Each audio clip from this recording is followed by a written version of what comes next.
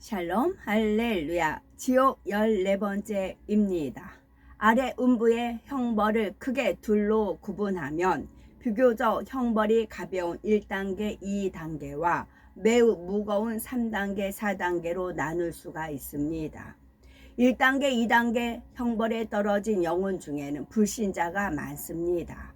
주님에 대해서 듣지 못해서 또는 진리를 잘 몰라서 죄 가운데 살다가 지옥에 간 이들이 많지요. 반면에 3단계, 4단계 형벌을 받는 영혼 중에는 하나님을 믿었던 사람들이 많습니다. 이들은 왜 하나님을 믿는다고 했는데도 중한 형벌에 떨어졌을까요? 바로 그 마음이 변질해서 하나님을 배신했기 때문입니다. 성령을 체험하고도 성령을 회방하고 죄인 줄 알면서도 짐짓 죄를 짓는 등 용서받을 수 없는 죄를 지었습니다. 하나님의 자녀라 하면서 또 진리를 안다고 하면서 불신자보다 진리를 잘 모르는 초신자보다 더 악을 행하였지요. 이처럼 하나님의 뜻이 무엇인지 알면서 짐짓 죄를 지어 나가는 것은 큰 죄입니다. 대부분의 죄는 회개하면은 하나님께서 용서해 주시지만 이런 죄는 용서받기가 어렵습니다. 죄의 싹은 사망이라는 영계의 법칙대로 사망에 이르지요. 곧 영원한 사망인 지옥에 가야만 하는 것입니다. 하나님께서는 용서받을 수 없는 죄, 곧 사망에 이르는 죄가 있음을 성경에 기록해 놓으셨습니다. 요한일서 5장 16절에 누구든지 형제가 사망에 이르지 아니한 죄 범하는 것을 보거든 구하라. 그러면 사망에 이르지 아니하는 범죄자들을 위하여 저에게 생명을 주시리라. 사망에 이르는 죄가 있으니 이에 대하여 나는 구하라 하지 않노라 했지요. 이렇게 사망에 이르는 죄, 곧 용서받지 못할 죄를 지은 사람들이 바로 3단계, 4단계 형벌을 받는 것입니다. 이 중 죄가 상대적으로 가벼운 사람들은 3단계 형벌을 받고 무거운 사람들은 4단계 형벌을 받습니다. 그러므로 어떤 죄든 지어서는 안 되지만 특히 사망에 이르는 죄는 결코 지어서는 안 됩니다. 그러면 사망에 이르는 죄는 어떤 것들이 있을까요? 용서받을 수 없는 사망에 이르는 죄를 살펴보겠습니다. 첫째는 구원받았다가 타락해서 다시금 주님을 십자가에 못 박는 경우가 있습니다. 두 번째는 진리를 아는 지식을 받은 후 짐짓 죄를 짓는 경우가 있겠고, 세 번째는 성령 회방 모두 거역의 죄가 있습니다. 용서받을 수 없는 사망에 이르는 죄 첫째는 구원받았다가 타락해 다시금 주님을 십자가에 못 박는 경우입니다. 히브리서 6장 4절에서 6절에 한 번 비침을 얻고 하늘의 은사를 맛보고 성령에 참여한 바 되고 하나님의 선한 말씀과 내세의 능력을 맛보고 타락한 자들은 다시 새롭게 하여 회개케 할 수 없나니 이는 자기가 하나님의 아들을 다시 십자가에 못 박아 현저히 욕을 보임이라 했습니다. 주님을 믿기 전 갖가지 문제에 시달리는 풍전등화 같은 인생이 주님을 영접하고 생명의 말씀을 들으며 과거의 모든 죄를 회개하였습니다. 그러자 사랑의 주님께서 성령의 권능으로 모든 문제를 해결해 주셨지요. 질병이 치료되고 부요한 삶으로 바뀐 것입니다. 그 은혜가 감사하여 하나님의 나라를 위해 목숨 바쳐 충성하겠습니다 라고 맹세합니다. 하나님의 일이라면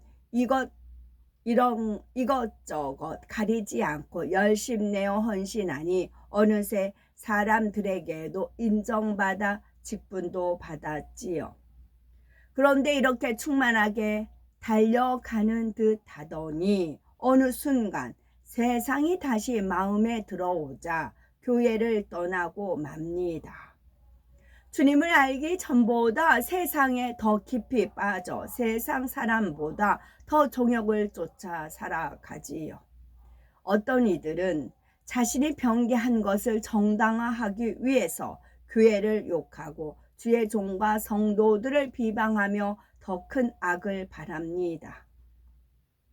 심지어 사단의 역사를 크게 받아 갖가지 괴계로 교회를 무너뜨리려고 하는 경우도 있지요. 그래서 이렇게 타락한 사람들은 다시 예수님을 십자가에 못 박고 현저히 욕을 보인 죄인으로 정죄를 받는 것입니다.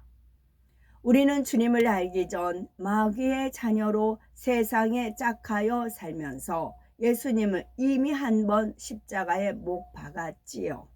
예수님께서는 죄인이었던 우리를 먼저 사랑해 주셨고 십자가에서 대신 죽어 주셨습니다. 이런 사랑을 받은 하나님의 자녀가 다시 타락하여 세상과 짝하여 산다면 이는 주님을 또다시 십자가에 못 박는 죄입니다. 그러니 이런 영혼은 새롭게 하여 회개케 할 수 없는 것입니다. 더구나 갓 구원받은 초신자도 아니고 각종 성령의 은사와 놀라운 권능, 영의 세계 등 신령한 것들을 체험하고 진리의 말씀을 많이 들어 아는 사람이라면 더더구나 용서받기가 어렵습니다. 결국 영원한 사망, 지옥의 형벌을 당할 수밖에 없습니다. 두 번째, 진리를 아는 지식을 받우는 짐짓 죄를 짓는 경우입니다. 히브리서 10장 26에서 27절에 우리가 진리를 아는 지식을 받우는 짐짓 죄를 범한 즉 다시 속지 않은 제사가 없고 오직 무서운 마음으로 심판을 기다리는 것과 대적하는 자를 소멸할 맹렬한 불만 있으리라 했습니다. 짐짓 죄를 범한다는 것은 죄인 줄 알고도 고의로 죄를 지어 나간다는 뜻입니다. 이렇게 진리를 알면서도 마음을 강팍하게 하고 계속 정욕을 쫓아 짐짓 범죄하면 양심의 가책이나 공고함도 없어집니다.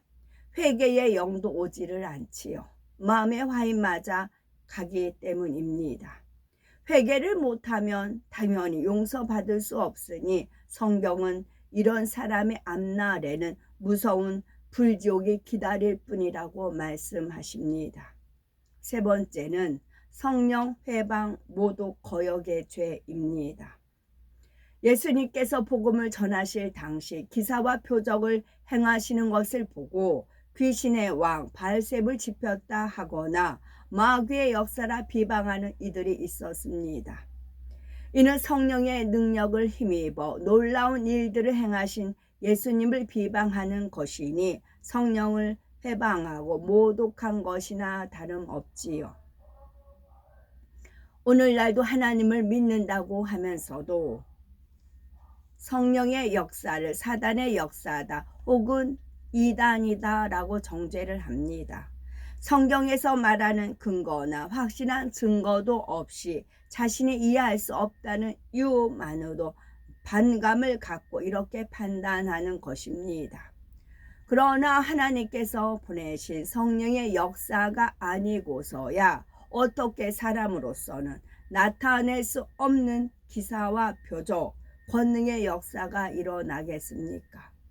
더욱이 이 권능의 역사로 인해 예수 그리스도가 전파되고 하나님의 나라가 확장된다면 이것이 성령의 역사임을 의심할 여지가 없습니다. 성령의 역사를 대적하는 것은 곧 하나님을 대적하는 것입니다. 이처럼 하나님을 대적하면서도 자신이 하나님의 자녀라고 하는 이들이 있지요. 그러나 하나님께서는 결코 그를 구원받은 자녀라 인정하지 않으십니다. 이렇게 성령을 대적한 사람들이나 성령의 역사를 분명히 체험하고도 배신한 사람들은 회개의 영이 오지를 않습니다. 말로 회개한다고 해도 죄의 담이 헐리지를 않지요. 죽은 후에는 아예 주님을 몰랐던 불신자들보다 더 큰 죄인으로 정죄받아 아래음부 중에서도 3단계, 4단계의 중한 형벌에 떨어지고 맙니다. 하나님을 대적하는 자들이 받는 4단계 형벌 살펴보겠습니다. 아래음부의 4단계 형벌도 3단계와 마찬가지로 지옥 사자가 직접 형벌을 주관합니다. 그러나 고통의 정도나 참혹함은 차원이 다르지요. 인간 경작일에 가장 극악한 죄인들이 형벌받는 곳이니 그 형벌이 얼마나 중하겠습니까? 예를 들어서 4단계에는 십자가에 달린 채로 고문받는 영혼들이 있습니다. 이렇게 십자가를 지는 이유는 죄의 싹은 사망이라는 저주의 대가를 고스란히 받아야 하는 자들이기 때문입니다. 사실 우리는 죄인이었기 때문에 십자가에는 우리 각 사람이 달려야 했습니다. 그런데 예수님께서 나무 십자가에 달려 돌아가심으로 죄로 인한 저주를 속량해 주셨지요. 4단계 형벌에 떨어진 영혼들은 이런 대속의 은혜와 전혀 상관이 없습니다. 이들은 양심의 화인 맞아 원수마귀 사단의 종이 돼서 하나님을 대적한 자들이기 때문입니다. 예수님을 십자가에 못 박은 자들이지요. 그래서 저주의 상징인 나무 십자가에 달려 각자 자기 죄값을 받는 것입니다. 그 대표적인 인물이 바로 배신자의 대명사로 알려진 가룟 유다입니다. 가룟 유다는 육신을 입고 이 땅에 오신 하나님의 아들을 곁에서 직접 보았지요. 예수님의 제자가 되어 사랑받았고 진리의 말씀, 선의 말씀을 배웠습니다. 놀라운 기사와 표적도 전에 듣기만 한 것이 아니라 직접 보았고 체험하였습니다. 그러나 끝내 탐욕을 버리지 않으므로 사단의 사주를 받는 자가 되고 말았지요. 스승인 예수님을, 하나님의 아들인 예수님을 유대인들에게 팔아 넘겼습니다. 물론 늦게나마 자기 죄를 깨닫고 후회는 했지만 때는 이미 늦었지요.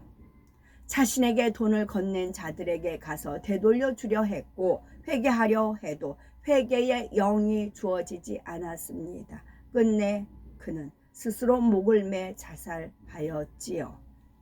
이로써 4단계 형벌을 받는 가룟 유다는 수많은 십자가 무리의 맨 앞에 매달려 피 흘리고 있습니다.